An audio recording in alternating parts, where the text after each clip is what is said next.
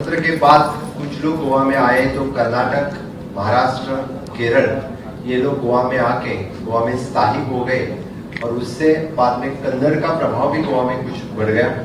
लेकिन किस देश, जैसे हम बोलते हैं कि एक देश विविध भाषा विविध वेश, ये कहते हुए भी हिंदी को राष्ट्रभाषा जब डिक्लेयर किया तो सभी ने राष्ट्रभाषा सीखनी चाहिए। खास करके southern part of the country जो कुछ राज्य हिंदी को राष्ट्रभाषा मानने के लिए तैयार नहीं थे, तभी यानी केंद्रीय गवर्नमेंट ने वहाँ के राष्ट्रभाषा प्रमोशन के लिए हर जगह पे इस तरह के बोर्ड और इस तरह के डिपार्टमेंट्स के थ्रू कोशिश की।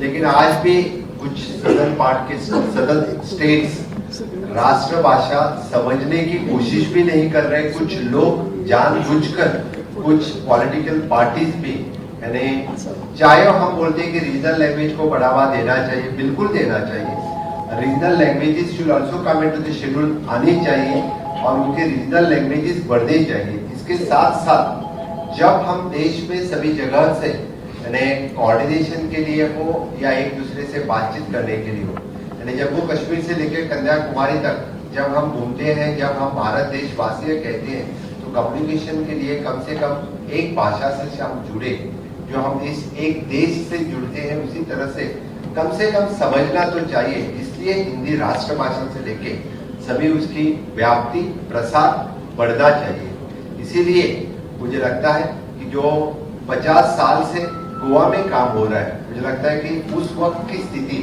जब 1961 में जब गोवा स्वतंत्र हुआ था, तब गोवा की स्थिति वही होगी कि गोवा में बहुत ही कम लोग जो हिंदी पढ़ने वाले, हिंदी लिखने वाले, हिंदी जानने वाले रहेंगे। फिर भी इस संस्था ने बहुत बड़ा योगदान दिया।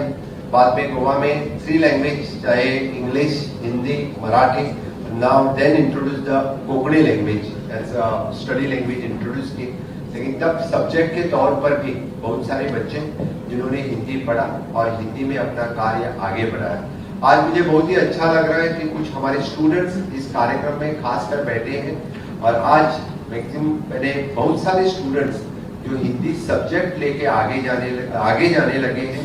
हिंदी में पोस्ट ग्रेजुएशन, हिंदी में पीएचडी, इस तरह के सब्जेक्ट सीख रहे हैं। मैं उन सबका बहुत बहुत अभिनंदन करता हूँ।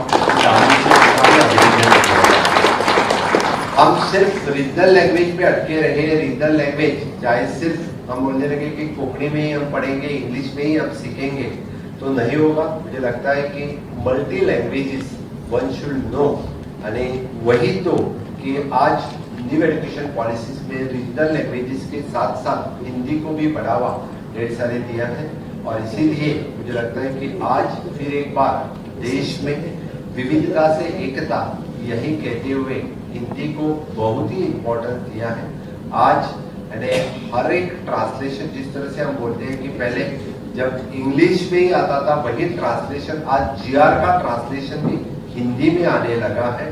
That is the achievement of our government.